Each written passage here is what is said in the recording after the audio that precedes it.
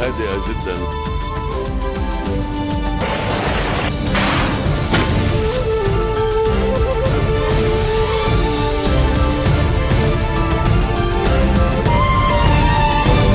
Une nouvelle édition de la rédaction, merci d'être au rendez-vous à la une de l'actualité. Pas de croissance sans volonté d'élire un président, prévient Tamam Salam à l'ouverture du Forum économique arabe. Au Brésil, les sénateurs se prononcent pour la destitution de la présidente Dilma Rousseff. Son vice-président d'origine libanaise, Michel Temer, va la remplacer. La compétition commence aujourd'hui pour la Palme d'Or. 21 films s'affrontent à Cannes. Ce soir, c'est l'actrice Julia Roberts qui montera les marches de Cannes aux côtés de Georges Clooney. Le Liban ne pourra pas renouer avec la croissance en l'absence de volonté d'élire un président. C'est le message du Premier ministre Tamam Salam qui s'est exprimé ce matin à l'occasion de l'ouverture du Forum économique arabe.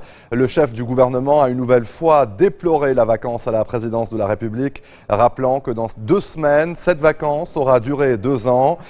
Il a aussi salué le bon déroulement des élections municipales à Beyrouth et dans la Bekaa, notant la capacité de l'État et des forces de sécurité à assurer la sécurité du scrutin.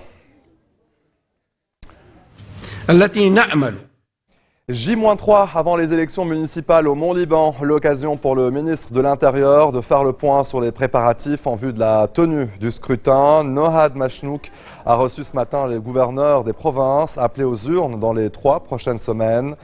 Le Mont-Liban ce dimanche 15 mai, mais aussi le Sud-Liban et Nabatiyé le 22 mai et le Nord-Liban et l'Akkar le 29 mai. Le ministre a appelé les gouverneurs à tirer des leçons des élections de Beyrouth et de la Bekaa afin de garantir le bon déroulement des opérations de vote.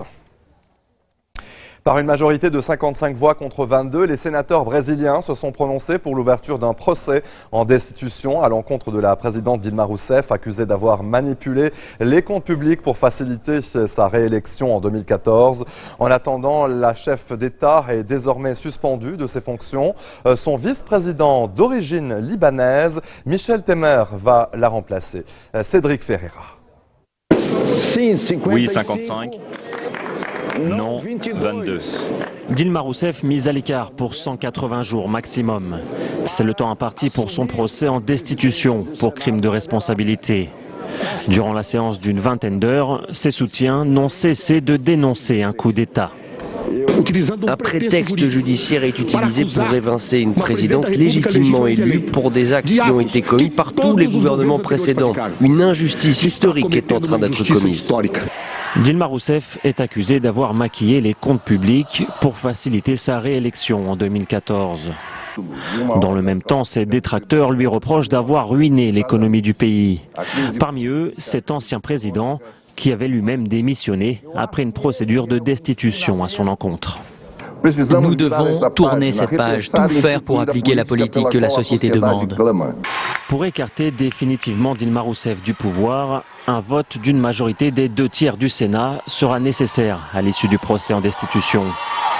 Le temps de cette procédure, c'est Michel Temer, son vice-président, qui va la remplacer en tant que président par intérim.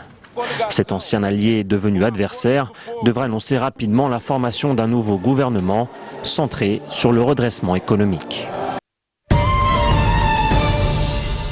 5 personnes ont été tuées ce jeudi dans l'attaque d'un poste de police près de Bagdad. Un colonel de la police figure parmi les morts. Une attaque menée par 2 kamikazes et plusieurs autres assaillants revendiqués par le groupe État islamique.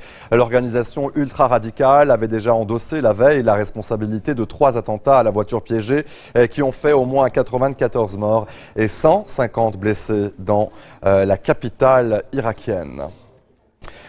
Violence également au Yémen. Au moins 13 soldats ont été tués dans 3 attentats suicides attribués à des djihadistes dans le sud-est du pays. Ces attaques imputées à Al-Qaïda ont précédé l'arrivée d'une délégation gouvernementale conduite par le Premier ministre Ahmed Ben Daguer pour une visite symbolique à Moukalla, la ville reprise le 24 avril dernier aux djihadistes d'Al-Qaïda qui l'ont contrôlée pendant 1 an.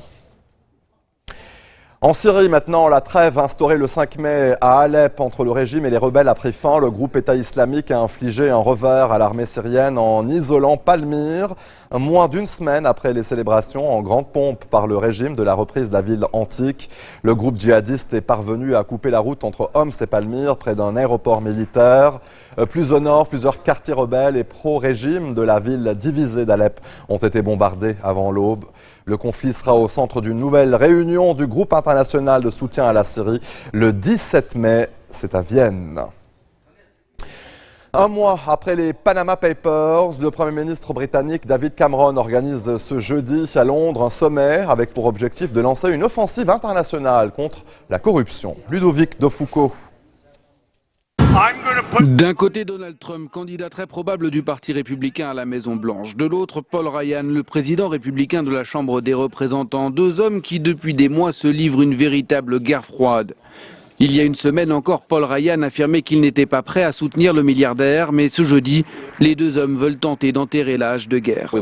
Nous voulons nous asseoir et parler de la manière d'unifier le parti afin d'être pleinement opérationnel pour l'élection à l'automne, parce que prétendre être unifié sans vraiment l'être nous conduirait à faire campagne en demi-teinte et l'élection ne se passera pas bien.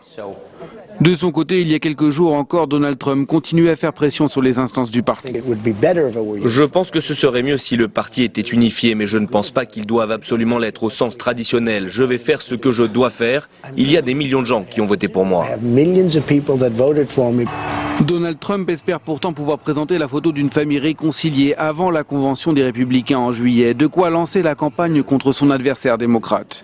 Les leaders du parti cherchent également à préserver leur majorité aux deux chambres. Le chef des Républicains au Sénat, Mitch McConnell, ne perd pas de vue cet enjeu-là. Lui aussi sera à la réunion. L'alternative, c'est 4 ans de plus de la politique de ces 8 dernières années, et je ne pense pas que les Américains veulent ça.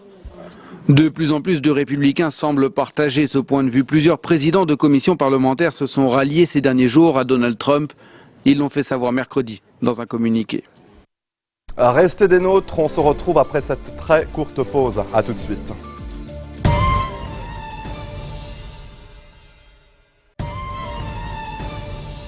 Au retour sur le plateau de l'info, Barack Obama se rendra à Hiroshima le 25 mai prochain. Ce sera la première visite d'un président américain en exercice sur le site de l'explosion de la première bombe atomique lancée le 6 août 1945. Julien Cheïda. Jamais un président américain ne s'était rendu ici, à Hiroshima. C'est dire si la visite prochaine du président Obama est symbolique. 6 août 1945, les États-Unis lâchent la première bombe nucléaire de l'histoire sur la ville d'Hiroshima. Des dizaines de milliers de personnes meurent sous l'effet de l'explosion. D'autres décéderont dans les semaines qui suivent à cause des radiations. À l'époque, l'Empire du Soleil Levant fait cavalier seul contre les Alliés. Le Japon capitule finalement après l'explosion d'une seconde bombe sur la ville de Nagasaki. En avril dernier, John Kerry était le premier secrétaire d'État américain à visiter le mémorial. Je n'oublierai jamais ces images. Qui pourrait les oublier? Barack Obama rendra hommage aux victimes, mais des excuses officielles sont exclues. Le président américain vient surtout pour défendre l'idée d'un monde sans armes nucléaires. Cette visite du président Obama à Hiroshima va lui permettre de voir les conséquences de la bombe atomique. Je pense que sa venue apportera encore un peu plus de poids à l'idée d'un monde sans armes nucléaires. Pour y parvenir, nous ferons tout ce qui est possible avec le président Obama. Tout près d'ici, de l'autre côté de la mer du Japon, une Corée du Nord agressive annonce le développement de son industrie nucléaire. Les sanctions unanimes de la communauté internationale n'ont pour l'instant eu aucun effet sur le leader Kim Jong-un. Ils ne veulent plus de Nicolás Maduro. Plusieurs milliers de manifestants vénézuéliens ont à nouveau défilé à Caracas et ailleurs au Venezuela pour réclamer la révocation du chef de l'État par le biais d'un référendum. Quelques 2 millions de signatures en ce sens sont actuellement examinées par le Conseil national électoral. Nicolás Maduro cristallise le mécontentement d'une population qui souffre de plus en plus de la crise économique liée en grande partie à la chute des cours du pétrole. Julien Cheïda. La contestation gagne du terrain. À Caracas et dans d'autres grandes villes du pays, des milliers de personnes clament leur colère. Tous réclament un référendum pour révoquer le président Nicolas Maduro. Nous voulons changement. Président Maduro, s'il vous plaît, partez pour le bien de votre peuple. Les gens sont ici pour défendre leurs droits. L'opposition à l'origine de ce mouvement dit avoir rassemblé près de 2 millions de signatures, alors que 200 000 seulement sont nécessaires pour provoquer un référendum. Mais la commission électorale en charge du dossier, proche du pouvoir, retarde le processus. Nous voulons que les signatures soient validées. On veut seulement que la Commission nationale électorale respecte ses propres lois. D'une part, les lois électorales, mais aussi la Constitution. En route vers le siège de la commission, ces manifestants sont stoppés net par des policiers. Cet homme blessé dans l'affrontement est évacué en urgence. D'autres ont réussi à se rendre sur les lieux, mais ces manifestants accompagnés des membres de l'opposition sont à nouveau bloqués par une muraille humaine. Il y a les hommes de la garde nationale juste là qui ne nous laissent pas tranquilles. Ils ne nous laissent pas entrer. Tout ce qu'on veut, c'est parler avec le président de la commission pour que le processus aille jusqu'au bout. On veut un référendum. Voici une scène quotidienne de ces derniers jours. Une bagarre éclate en pleine rue pour récupérer un simple paquet de farine. Dans les supermarchés, des rayons vides. Même les denrées alimentaires de première nécessité se font rares. Conséquence, ces files d'attente monstres pour obtenir un morceau de pain. Ajoutez à cela la pénurie d'électricité et une économie en berne avec la chute des prix du pétrole. Chaque jour, la situation devient un peu plus explosive.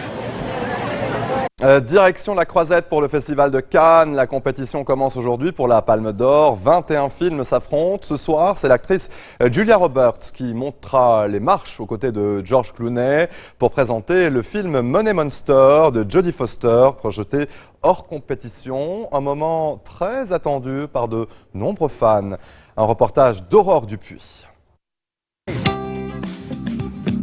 Des fans émerveillés devant le tapis rouge. 24 marches montées par les stars du monde entier.